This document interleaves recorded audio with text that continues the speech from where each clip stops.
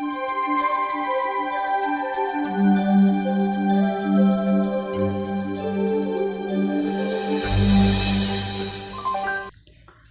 Everyone, welcome to chemistry junction. आज हम लोग स्टार्ट करने वाले हैं फ्रीडल क्राफ्ट रिएक्शन को। हाँ, ऑलरेडी मैं एक लेक्चर बना चुका हूँ फ्रीडल क्राफ्ट रिएक्शन पे, जहाँ पे हमने फ्रीडल क्राफ्ट रिएक्शन की एल्काइलेशन रिएक्शन को हमने कवर किया था। ठीक है, तो ध्यान से सुनना, मैंने वहाँ पे एल्काइलेशन रिएक्शन को कवर किया था। आज हम स्टार्ट करने वाले हैं फ्रीडल क्राफ्ट की एसाइलेशन रिएक्शन। कौन सी है? एसाइलेशन रिएक्शन को ध्यान से सुनना। ये जो रिएक्शन है वो काफ़ी इम्पोर्टेंट है। देखो, मैंने आपको लास्ट लेक्चर के अंदर भी बताया था कि जो फ्रीडल जो नेम रिएक्शन जो अपना अभी जो चल रहा है, इसके अंदर मैंने आपको ऑलरेडी बता चुका हूँ कि जो नेम रिएक्शंस होती है वो काफ़ी इंपॉर्टेंट्स हैं किसी भी लेवल से लेकर किसी भी लेवल पर। ठीक है, चाहे आप आईआईटी की एग्ज़ाम दे रहे हो, चाहे आईआईटी जैम की एग्ज़ाम दे रहे हो, चाहे नीट की प्रिपरेशन कर रहे हो, चाहे 12th की प्रिपरेशन कर रहे हो, चाहे सीएसआईआर नेट या जेआरएफ की प्रिपरेशन कर रहे हो, वहाँ पर भी ये क्वेश्चन पूछे जाते हैं। डायरेक्टली नहीं तो इनडायरेक्टली ही पूछे जाते हैं। लेकिन जो लो लेवल के एग्ज़ाम हैं जैसे 12th के हैं, तो वहाँ पे डायरेक्टली क्वेश्चन भी पूछे जाते हैं कि ये पूछा जाता है कि फ्रीडल क्राफ्ट जो रिएक्शन होती है, ये जो एसाइलेशन रिएक्शन होती है, उसकी मैकेनिज्म क्या होती है, उसके मेन प्रोडक्ट क्या बनता है। ठीक है, तो हम इसी चीज़ को आज कवर करने वाले हैं। हाँ, मैं एक चीज़ और बता देना चाहता हूँ, जो स्टूडेंट आईसीआर और जेट की तैयारी कर रहे हैं उनके लिए एक सुनहरा अवसर आया है। आप मेरे टेलीग्राम जो चैनल है वहाँ पे आप ज्वाइन कर सकते हो। वहाँ पे मैं आपको फीस की डिटेल्स वगैरह सब कुछ वहाँ पे बता दूंगा, क्योंकि यहाँ पे मैं ये बताने वाला हूँ कि जेट के जितना भी सिलेबस है केमिस्ट्री का, मैं सब कुछ कवर करवाने वाला हूँ। ठीक है, जिस स्टूडेंट को जेट की प्रिपरेशन करनी है, क्योंकि आपको पता है कि एग्ज़ाम अभी होने वाले हैं 1-1.5 महीने के बाद, तो जिसको प्रिपरेशन करनी है तो प्लीज़ मेरा जो टेलीग्राम चैनल है वो ज्वाइन करें। वहाँ पे आपको पूरी इन्फॉर्मेशन मिल जाएगी। मेरा जो टेलीग्राम चैनल है वो केमिस्ट्री जंक्शन नाम से ही है। तो ठीक है, तो आज हम स्टार्ट करते हैं एसाइलेशन रिएक्शन फ्रीडल क्राफ्ट। इस एसाइलेशन रिएक्शन को हम एक रिएक्शन के थ्रू लेके चलते हैं कि ये रिएक्शन कैसे होती है। देखो, सबसे इंपॉर्टेंट बात कि एसाइलेशन रिएक्शन में आपको यहाँ पे एसिटिल क्लोराइड, मैं आपको बता देता हूँ, एसिड के जो डेरिवेटिव है, एसिड के जो डेरिवेटिव, जैसे आपके मैं बोल सकता हूँ आपके जैसे एसिटिक एनहाइड्राइड हो गया, एसिटिल क्लोराइड हो गया, आपके कोई भी एसिड डेरिवेटिव आ सकता है जहाँ पे आपको इनके प्रेजेंस में रिएक्शन करवानी है। ठीक है, और यहाँ पे जो CH2 जो दिया गया है, नाइट्रो जो बेंजीन है, वो एज ए सोलवेंट है। AlCl3 मैं आपको ऑलरेडी बता चुका हूँ, ये क्या होता है, लुईस एसिड होता है। इस रिएक्शन को प्रोवाइड करवाने के लिए लुईस एसिड की प्रेजेंस में ये रिएक्शन होती है, बिकॉज ये एक वैकेंट यानी एक क्या होती है रिएक्शन, ARSE रिएक्शन होती है, जहाँ पे एरोमेटिक एलिमिनेशन सब्स्टिट्यूशन रिएक्शन होती है। ये सब कुछ मैं लास्ट लेक्चर के अंदर डिस्कस कर चुका हूँ। ठीक है, तो आज हम स्टार्ट करते हैं। देखो, सबसे पहले हम इसकी मैकेनिज्म स्टार्ट करेंगे। तो यहाँ पे देखो, एसिटिल क्लोराइड है, CH3 C double bond O Cl। ठीक है, अब हमारे पास जो AlCl3 जो है, एल्यूमिनियम क्लोराइड, सभी स्टूडेंट को पता है, ध्यान से देखना, इन सभी स्टूडेंट को पता है कि इसके पास वैकेंट p ऑर्बिटल होता है और इस क्लोरीन के पास क्या है, एकांकी इलेक्ट्रोयुग्म होते हैं। वो क्या करेगा, इजीली इसको डोनेट करेगा, और जैसे इसको डोनेट करेगा तो हमारे पास जो रिएक्शन जो सबस्ट्रेट बना है वो क्या बना, Cl एटम AlCl3। देखो, जब ये इलेक्ट्रॉन देगा तो ये बॉन्ड ब्रेक होता है, यानी ये बॉन्ड वीक हो जाता है जब इलेक्ट्रॉन देगा। जब इसके पास इलेक्ट्रॉन की कमी होगी तो यहाँ से इलेक्ट्रॉन खींचने की कोशिश करेगा नहीं, जब इलेक्ट्रॉन खींचने की कोशिश करेगा तो इस पर कौन सा चार्ज आ गया, प्लस चार्ज। जब इलेक्ट्रॉन इसको दिया तो इस पर कौन सा चार्ज आया, माइनस। ठीक है, अब यहाँ पे देखो, ये जो बॉन्ड है वो तो फॉर्म हो रहा है, और जबकि ये बॉन्ड क्या है, ब्रेक हो रहा है, यानी बॉन्ड टूट रहा है। तो यहाँ पे हमारे पास अगला स्टेप में क्या बना, CH3 C double bond O plus AlCl4। देखो, ये ऑलरेडी मैं आपके लास्ट लेक्चर में सब कुछ हम कर चुके हैं। ये जो हमारे पास बना था वो क्या बना है, कार्बोकेटाइन बना है, कार्बोकेटाइन बना है। बिकॉज हमें कार्बोकेटाइन की आवश्यकता क्यों पड़ी, क्योंकि यहाँ पे एक चीज़ देखो कि जो बेंजीन होती है वो क्या होती है, एज ए न्यूक्लियोफाइल होती है। तो हमारे पास जो बेंजीन है,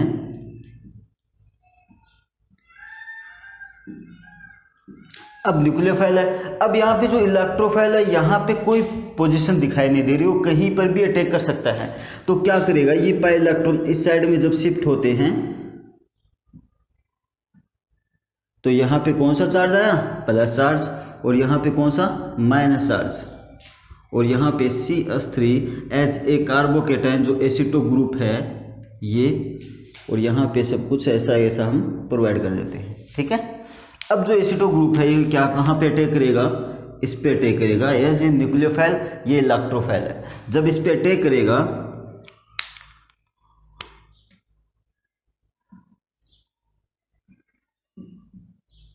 HC double bond O CH3, और यहाँ पे कौन सा चार्ज है, प्लस चार्ज। यहाँ तक सब सही है। अब देखो जब बेंजीन, हाँ एक चीज़ वो बता देना चाहता हूँ यहाँ पर, बेंजीन के हमेशा और हमेशा जो इलेक्ट्रॉन्स होते हैं वो रिंग के अंदर ही पार्टिसिपेट करते हैं, रिंग के बाहर नहीं जाते हैं कभी भी। जब ये इलेक्ट्रॉन इसके पास गए तो ये पॉजिटिव चार्ज यहाँ तो खत्म हो गया, लेकिन पॉजिटिव चार्ज कहाँ पे जनरेट हो गया, इस पोजीशन पर। तो यहाँ पे जब पॉजिटिव चार्ज इस पोजीशन पे जनरेट हो गया, प्लस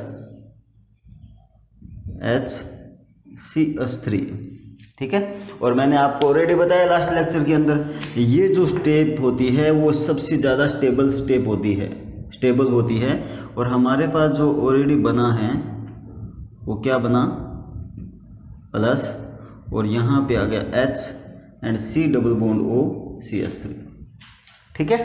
अब देखो इसे कहा जाता है अरेनियम आयन, सिग्मा कॉम्प्लेक्स, और यहाँ पे वहीलैंड कॉम्प्लेक्स भी कहा जाता है, सिग्मा कॉम्प्लेक्स, अरेनियम आयन, और आपके पास वहीलैंड कॉम्प्लेक्स, वहीलैंड कॉम्प्लेक्स या कंपाउंड, ठीक है।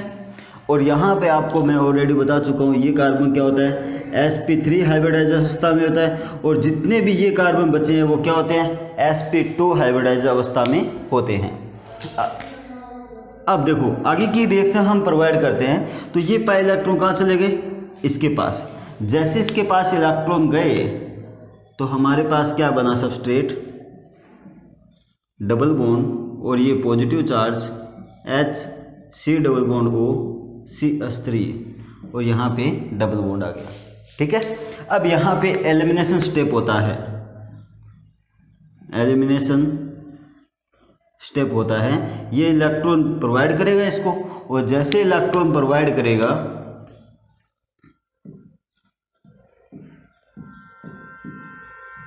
C double bond O CH3, और यहाँ पे जो H प्लस आयन जो निकला था वो क्या करेगा, AlCl4 के साथ रिएक्शन करके वो क्या बना लेगा, AlCl3 प्लस HCl।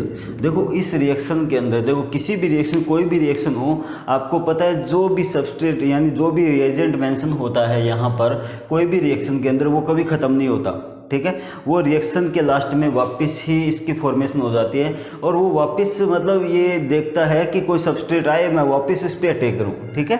तो ध्यान रखना हमारे पास वापस क्या बन गया, AlCl3, ये वापस वैकेंट हो गया, अगर कोई स्पीशीज आएगी तो वापस अटैक करेगा, सेम की सेम प्रोसेस होगी। ये हमारे पास इसके मैकेनिज्म है, इसको ध्यान से नोट कर लेना, वेरी वेरी इंपॉर्टेंट रिएक्शन है ये, ठीक है। हो गया नोट। अब हम स्टार्ट करते हैं, देखो अब ट्रिक से सोल्व करते हैं इसको, ट्रिक के द्वारा हम इसको सोल्व कैसे करते हैं।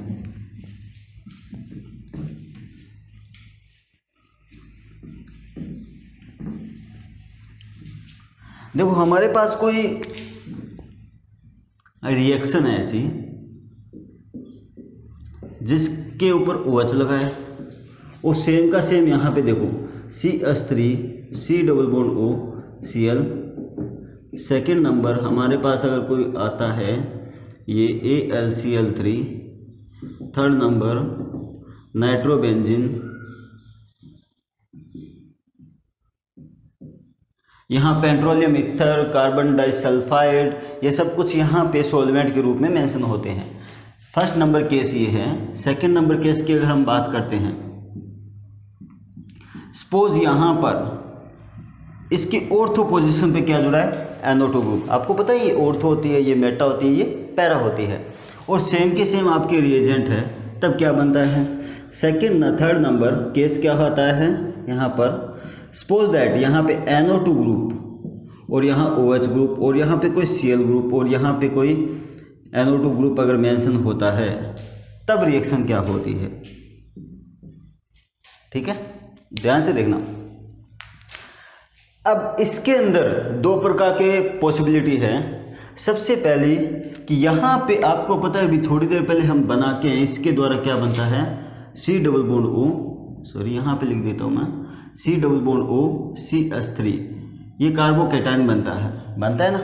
अब इसकी एक ऑर्थो पोजीशन खाली है, मेटा भी है, पैरा भी है, लेकिन सबसे ज़्यादा प्रिफर्ड जो पोजीशन होती है वो क्या होती है, ऑर्थो पोजीशन होती है।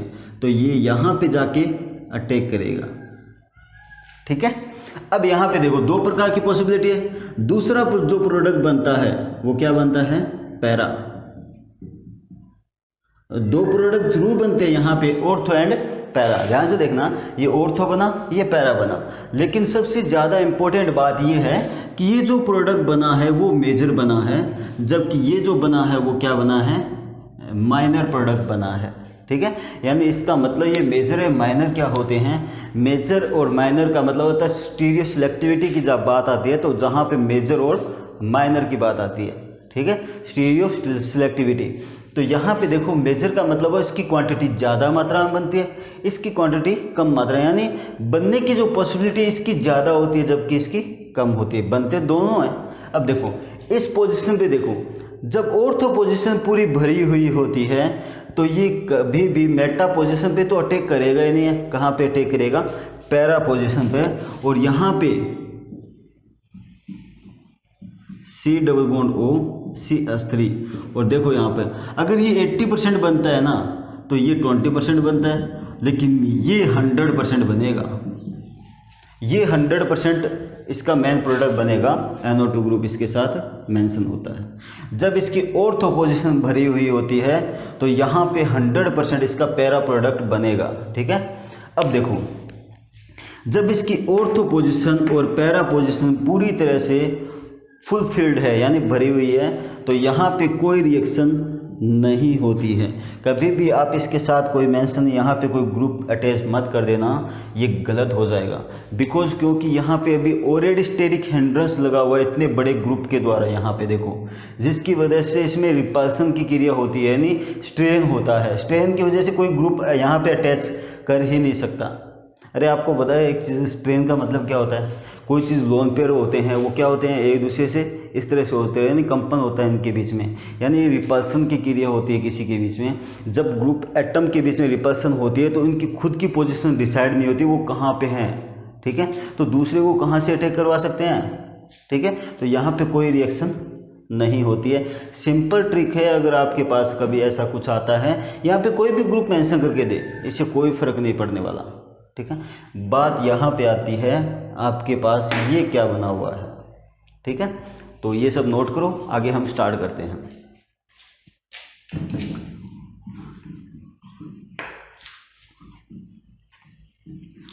आई थिंक आप लोगों ने वीडियो पॉज करके नोट किया होगा, ये काफ़ी इंपॉर्टेंट रिएक्शन है, फिनोल की रिएक्शन है, आगे भी पूछी जाती है। जहाँ पे आपके एसिड की डेरिवेटिव हम पढ़ेंगे ना 12th क्लास में, वहाँ पर भी एक चीज़ें पूछी जाती है। एक क्वेश्चन और है, वो काफ़ी इंपॉर्टेंट क्वेश्चन है, देखना। मेरे पास यहाँ पे OH CH3 C double bond O C double bond O and CH3 first number, second number FeCl3 या फिर AlCl3, कुछ भी मेंशन करके दे वो आपको कोई फर्क नहीं पड़ता। Nitro benzene, third number CH2 को यहाँ पे आपके सॉल्वेंट के रूप में कुछ भी दे। अब आपको पता है मेन प्रोडक्ट क्या बनता है इसका, आपका जो मेन प्रोडक्ट बनता है वो बनता है OH C double bond O CH3 एसिटोफिनोल। ये एसिटो ग्रुप है, ये ऑर्थो पोजीशन में बनता है। दूसरा यहाँ पे पैरा प्रोडक्ट भी बनता है। अभी थोड़ी देर पहले बताया था तो उसकी परसेंटेज वैल्यू कितनी होती है, बस उतनी होती है, ठीक है ना। उधर वाला पैरा, ये ऑर्थो। इसके मैकेनिज्म डिफरेंट प्रकार की होती है, वो देखना इम्पोर्टेंट वो बात है, ठीक है। इसके मैकेनिज्म डिफरेंट कैसे होती है वो देखना। हमारे पास जो ये लिया गया है वो एसिड डेरिवेटिव ही है, और एसिड डेरिवेटिव में इसे कहा जाता है एसिटिक एनहाइड्राइड। देखो C double bond O oxygen, C double bond O CH3, ये CH3 आपको सबको पता है, ठीक है। अब देखो सबसे पहली condition AlCl3, second first number condition, second number condition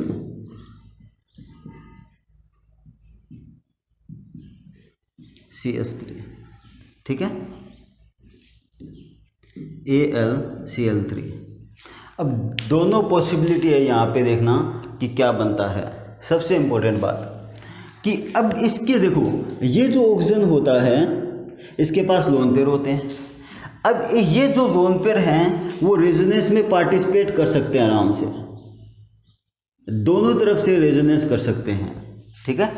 इधर भी जा सकता है, इधर भी जा सकता है, यानी इसके पास दोनों तरफ इलेक्ट्रॉन प्रोवाइड करने की प्रोबेबिलिटी है यहाँ पर, ठीक है ना।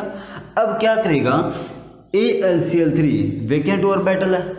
अगर इसके पास अगर वो लोन पेयर यानी ये जो लोन पेयर हैं अगर यहाँ पे रेजोनेंस में पार्टिसिपेट करते हैं, ध्यान से सुनना, अगर ये रेजोनेंस इस साइड में होता है बाई चांस, चाहे आप इस साइड में करो कोई फर्क नहीं पड़ता, अगर ये रेजोनेंस इस साइड में होता है तो हमारे पास जो बना है वो क्या बना, O negative charge double bond oxygen C double bond O and CH3, ऐसा ही कुछ बना। इधर आए डबल बॉन्ड बना, ये इलेक्ट्रॉन आगे गए, नेगेटिव चार्ज बना, तो इस पे कौन सा चार्ज आया, प्लस चार्ज, ठीक है। और इसके पास क्या होते हैं, वैकेंट p ऑर्बिटल होता है, आपको पता है। ये क्या करेगा, इजीली इसको इलेक्ट्रॉन डोनेट कर देगा, ठीक है ना। ये ऑक्सीजन क्या करेगा, इजीली इसको इलेक्ट्रॉन डोनेट करेगा, क्योंकि अब तो इलेक्ट्रॉन की भरमार इसके पास है ना। तो हमारे पास क्या बना, ऑक्सीजन AlCl3, इस पे कौन सा charge, negative charge, double bond and CH3, और इस पे कौन सा चार्ज आया, प्लस चार्ज। यहाँ तक सब सही है। अब देखो, अब इस ऑक्सीजन पे पॉजिटिव चार्ज आने का मतलब ये होता है कि जब भी कभी भी, देखो मेरी बात ध्यान से सुनना, जब भी कभी भी हाई इलेक्ट्रोनेगेटिविटी एटम पर अगर पॉजिटिव चार्ज आता है तो वो पागल हो जाता है। पागल का मतलब क्या हो गया, जब इसकी इलेक्ट्रॉन की जो टेंडेंसी है वो कम हो रही है तो वो क्या करेगा, किसी से इलेक्ट्रॉन लेगा। वो इलेक्ट्रॉन कैसे लेगा वो देखना, वो क्या करेगा, यहाँ का बॉन्ड ब्रेक करेगा, और जैसे ही बॉन्ड ब्रेक करेगा तो ये दोनों के दोनों इलेक्ट्रॉन खुद के पास चले जाते हैं, और हमारे पास जो सबस्ट्रेट बनता है वो क्या बनता है,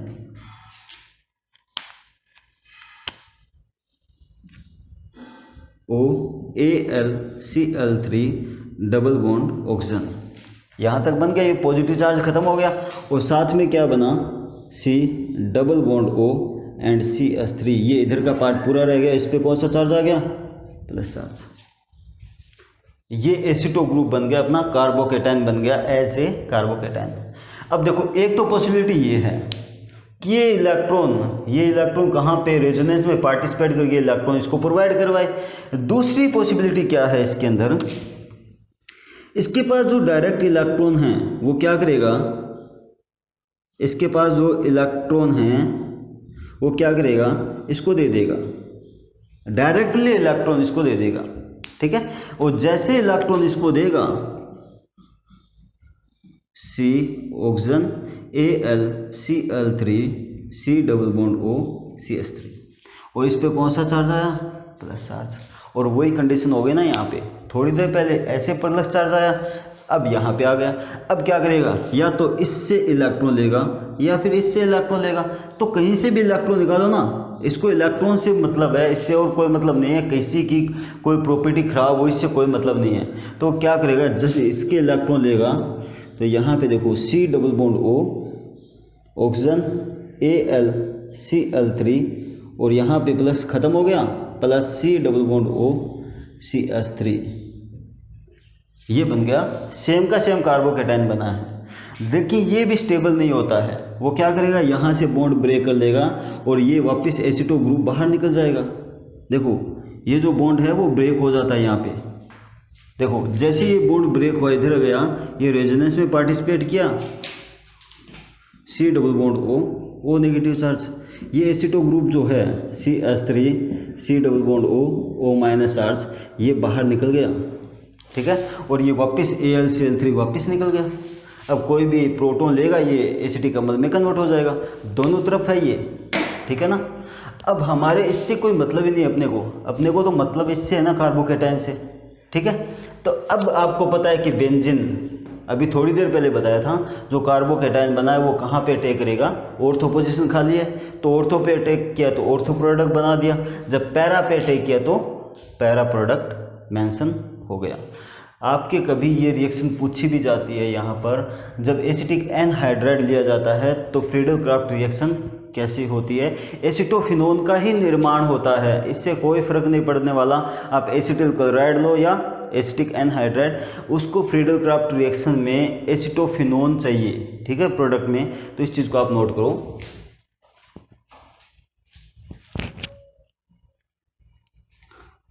आई होप आप लोगों को ये चीज़ें समझ में आई होगी। तो आज के लेक्चर के अंदर हमने ये देखा कि जो फ्रीडल क्राफ्ट जो रिएक्शन होती है, ये इसके एसाइलेशन रिएक्शन कैसे होती है। देखो मैं यहाँ पे रिएक्शन नेम रिएक्शन इसलिए करवा रहा हूँ कि ये काफ़ी इम्पोर्टेंट्स हैं ये रिएक्शंस। आप इस चीज़ को देखो कि अगर ऑर्गेनिक केमिस्ट्री को अगर अपने को जानना है या पहचानना है या इसको समझना है, तो रिएक्शन नेम रिएक्शन के बगैर और ये आपके रिएजेंट के बिना ऑर्गेनिक केमिस्ट्री का कुछ भी नहीं आ सकता, ठीक है। तो आई होप कि आपको ये लेक्चर अच्छा लगा होगा। देखो आप लोग जब तक कमेंट्स के द्वारा नहीं बताओगे कि आपको लेक्चर में हेल्प मिली है या नहीं मिली, तब तक मैं वो चीज़ें कैसे आगे इम्प्रूवमेंट करूँ। देखो इससे भी ज़्यादा चीज़ें मैं आपको प्रोवाइड कराऊँगा ऑर्गेनिक केमिस्ट्री में, चाहे इनऑर्गेनिक हो। अभी ऑर्गेनिक केमिस्ट्री की सीरीज चल रही है, तो आई होप कि मैं ऑर्गेनिक केमिस्ट्री कवर करूँ, क्योंकि वीक पॉइंट तो वही होता है ना ऑर्गेनिक केमिस्ट्री। तो प्लीज़ अपने दोस्तों के साथ भी मेरे वीडियो शेयर करना और लाइक भी करना। और देखो जितने भी मेरे फेसबुक फ्रेंड्स हैं और जितने भी टेलीग्राम पे जुड़े हुए हैं, जितने भी इंस्टाग्राम पे जुड़े हुए हैं, तो प्लीज़ अगर कोई लिंक अगर शेयर होती है तो वहाँ पे लाइक करने की बजाय अगर आप वीडियो के अंदर जाके उस वीडियो को अगर लाइक करते हो तो वो चीज़ें बेनिफिट है ना। हम क्या करते हैं, फेसबुक पे जाके लाइक का ऑप्शन होता है, वहाँ पे क्लिक कर देते हैं, चलो ठीक है हो गया, ठीक है। आप उस चीज़ को लिंक को ओपन करो ताकि वहाँ पे आप चीज़ देख सको। देखो कोई स्टूडेंट तो ये होता है ना, वो ये सोचता है कि अभी तो लॉकडाउन चल रहा है, क्या पढ़ना है। देखो जब आप ये वक्त निकाल दोगे ना तो वो वक्त कभी वापस नहीं आता। आप लोगों ने सुना होगा ये चीज़ें कि हम उसके बाद पछताते हैं कि कोई वक्त अगर निकल जाता है तो हम ये सोचते हैं कि काश मैं उस वक्त पे पढ़ लेता तो मेरा आज फ्यूचर कुछ और होता, ठीक है। तो आई थिंक आप लोग खुद समझदार हो ना इस चीज़ के बारे में। तो प्लीज़ मेरे लास्ट तक यही है कि वीडियो को मेरे लास्ट तक ज़रूर देखें ताकि आपको हर चीज़ में हेल्प मिले, ठीक है। तो प्लीज़ शेयर करना मेरे वीडियोज़ को। Thank you for watching chemistry junction.